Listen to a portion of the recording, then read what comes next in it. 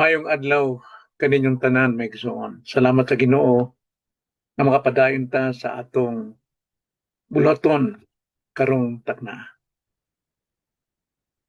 Dayo sa katawo may igsoon nga nagtanom og mangga, liso sa mangga.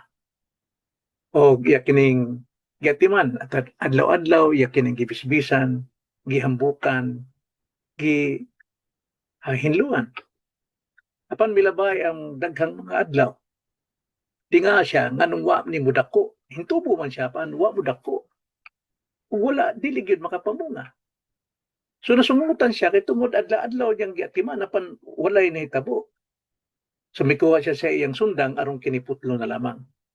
Apan nakita ang iyang amigo o gipara siya giyon ayaw sa bay. Nga naman sa nganong putlo niyo na. Sa maning mangga nga pa man ni mamunga, dugay na ang panahon. O bay, unsa ang pagkapamunga ni ana kanang liso sa mangga wa man nimo itanom og ilubong sa yuta og tinuod aron kini makatubo mudako hangtod mamunga. So mausab mi igsoon daghang mga Kristohanon nga dunay taas nga panahon apan wala gyud siya magtubo, wala malig-on ug wala gyud makapamunga. So unsay problema? Wala gyud malubong og tinuod sa grasya sa Dios. So karong hapuna migsuon atong pagahisgutan ang uluhan nga pagkinabuhi nga makapahimuot sa Dios. Kay tungod daghang mga Kristohano nangutana sa iyang kagalingon, unsaon nako sa pagpasalamat sa kaluwasang gihatag sa Dios aron siya mahimuot kanako. So aron matubag kini atong pangutana migsuon adto ta sa pulong sa Dios og atong basahon ang Roma 12 bersikulo 1 kadto sa 2. Nagingon migsuon, busa ako naghangyo o nanghangyo kaninyo mga igsoon. Pinaagi sa mga kaluoy sa Dios nga kamo magtugyan sa inyong mga lawas nga usa ka buhi nga sakripisyo. Balaan, makapahimuot sa Dios nga mao ang inyong makatarunganon nga pagpangalagad. Og ayaw pagpahiuyon ni ining kalibutan apan pagpausab kamo pinaagi sa pagbag-o sa inyong unahuna aron inyong masuta unsa ang maayo og makapahimuot og hingpit nga kabubuton sa Dios. Mao kini ang pulong sa Dios magampo utami igsoon. Dalay ko namong amahan, salamat nining takna nga ni Alod do nami kagawasan diha sa pag-abli sa imong pulong. Hinaot pa kay mo sa ablihan ng among mga kasing-kasing aron sa pagsabot, pagdawat o pagpanginabuhi nining maong mensahe nga among dawaton karong puna. Mo kani among pagampo di lamang sa ngalan sa Ginoo sa Kristo. Amen. So tungod kay daghang mga Kristohanong nagpangutana usa man kuno nila ihalad ang ilang pagpapasalamat sa Dios sa kaluwasan nga naa na dawat nila. Now kining Roma kapitulo 12 bersikulo 1 sa ngadto sa Dios, very familiar text. Apan kini nagtudlo si Pablo kung unsaon pagkinabuhi nga makapahimuot gayod sa Dios. So busa, niining bersikulo magkinabuhi kita nga Kristohanong niining atong panahon sa tulo ka pamaagi. Tulo ka pamaagi kung saan pagpanginabuhi nga makapahimuot sa Dios. Baka malig-on og mamuna. Primero, kinanglan nato ang paghalad. Doon nagyutay paghalad. Mas maayo ning kinabuhi nato na maanad ta sa paghalad kay tungod mao kini ang gusto sa Ginoo. Atong basahon ang bersikulo 1. Ihatag ninyo ang inyong lawas ingon nga buhing halad, balaan og makapahimuot sa Dios.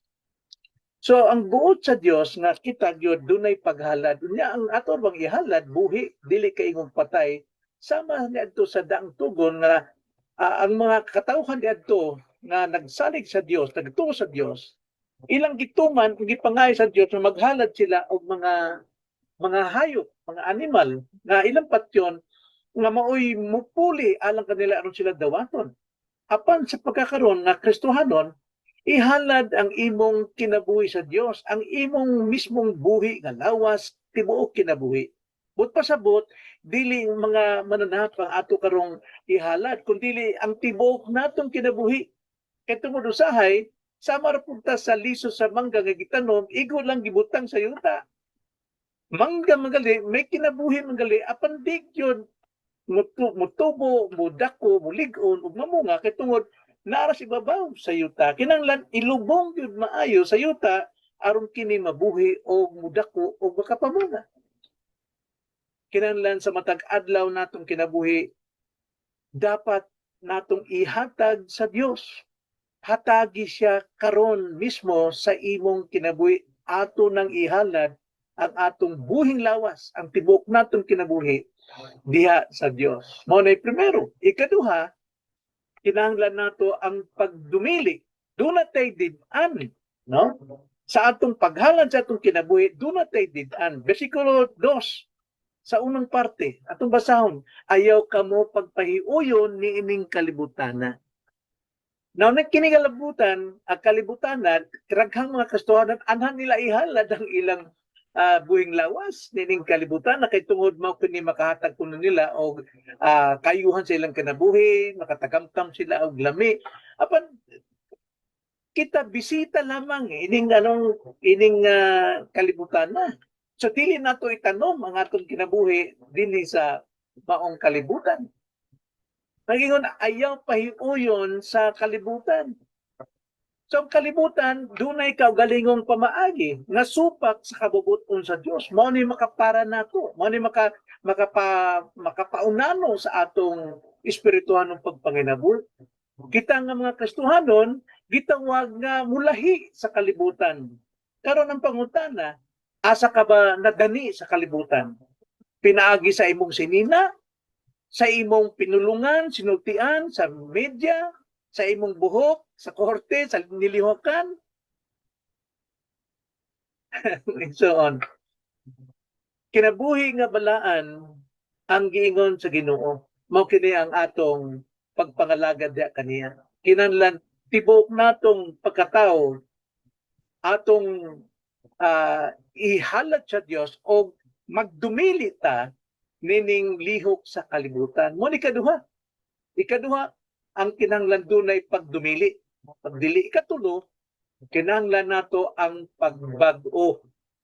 Na, kinahanglan nato bag-ohon nato ang atong kagalingon, bag-ohon nato ang atong mga taras, bag-ohon nato ang atong pangunahuna, bag-ohon nato ang atong kinatawanan, ang atong panglihok, ang atong pamatasan tanan.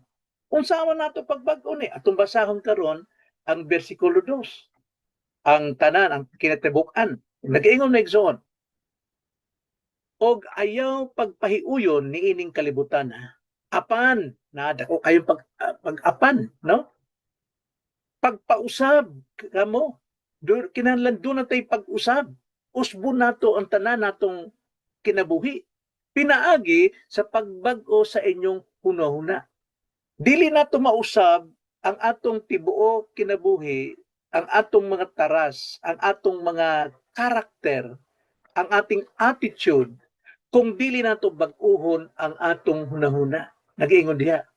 Nga naman kuno, aron atong masuta unsa ang maayo o makapahimuot nga hingpit nga kabubuton sa Dios. So, doon tay maayong mabuhat, no? Nga makapahimuot gayon sa kabubuton sa Dios. So, kinang usbo nato ang atong pagpanginabuhi nining kalibutan. Unsaon pinaagi sa pagbag-o sa inyong hunahuna. Kining pagbag-o sa atong hunahuna, kailangan ng trabaho. Kaya naadiha ang atong pagtuo. Nagaingon ang James nga kung ang pagtuo nato way binuhatan, way silbi, patay ang atong pagtuo. So, busa, sa atong pag-usab sa atong kinabuhi taras, kinahanglan bag-uhon nato ang atong pangunahuna. Ang atong unsa may atong nadawat sa pulong, unsa may gisugo sa Dios nga ngay natong usbon, atong paningkamutan, bag-uhon nato ang atong hunahuna. Kay kining hunahuna nato, mauna ang pinaka-battleground, nadiha ang gera, nadiha ang war between flesh and the spirit. Na diyang ang sa Bisaya ng gera diha no, na diha. So kinahanglan ang pagpaningkamot nga mudaog gyud ta sa atong kontra. Kining pagbag-o sa hunahuna, ang Grego ini metamorphosis. Ang but pasabot, halimbawa sa usa ka kining butterfly bitaw mariposa. Di sa man na magikan. Gikan na sa uod.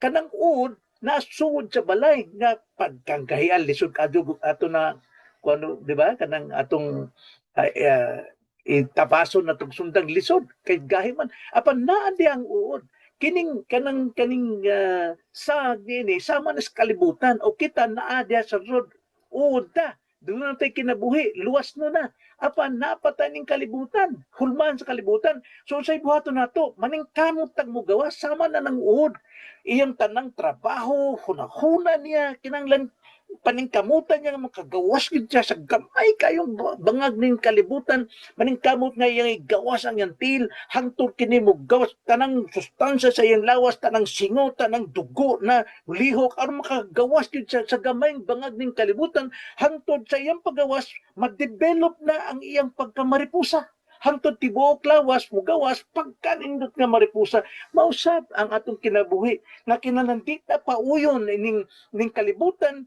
aron mugawas ta aron kita mugawas gyud sa atong espirituhanong pagkaanindot nga kinabuhi pauna ang pagbag-o no pagbag-o sa atong unahuna aron mausab ang atong mga kinabuhi so pagbag-o pinaagi sa unahuna unya unsa may itunol nato sa unahuna mao ang pulong sa Dios mao ni gahom diha sa atong unahuna.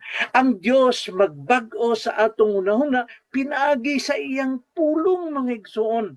Mao na atong kusog. Mao na atong sustansya nga mausab ang atong kinabuhi pinaagi sa pagbag-o sa atong unahuna og ang pulong sa Dios mooy maghatag nato og kapangyarihan, power, no? Gahom sa pagbag-o, masayran nato ang iyang kabubuton. Masayran nato kung unsay maayo. Masayran nato unsay makapaymuot o hingpit nga makapaymuot sa kabubuton sa Dios. Karon, pangutana migsuon, regular ka ba nga mubasa sa Biblia? Regular ka ba sigig simba aron sa pagpaminaw sa pulong sa Dios o katong pulungan nga imong nadawat mao nimong paningkamutan, tanang singot, tanang dugo imong buhaton aron gyud mausab ang imong kinabuhi kay naas atong unahuna ang pagbag-o sa gahom sa espiritu pinaagi sa pulong sa Dios. So nagausab pa ang Dios sa imong paminsan maigsoon. So ang tinud-anay nga pagpasalamat sa kaluwasan makita sa kinabuhi nga ginahalad nato sa Dios. So ihalad nato ang atong kinabuhi sa Dios. Tibuok kinabuhi sa matag adlaw, sa trabaho, sa balay, sa eskwelahan, hain ka mga lugar, kinahanglan trabahoong gyud nato ang paghalad nga hingpit makapaymuot sa Dios. Mao ang pag-usab pinaagi sa pulong sa Dios. Magampo ta maigsoon. Dalay ko na mo amahan, salamat sa imong pulong kay tungod mo kini ang gahom alang sa kaluwasan sa mga wala pa kang Kristo o gahom alang sa kabag-uhan sa mga naa na kang Kristo. Mao kini ang gahom nimo aron kami dunay gahom sa pag-usab sa among mga kinabuhi. Nga isip halad diha kanimo nga makapahimuot sa imong kahubuton. Salamat Lord. Kining among pag-ampo diha lamang sa ngalan sa Ginoo sa Kristo. Amen.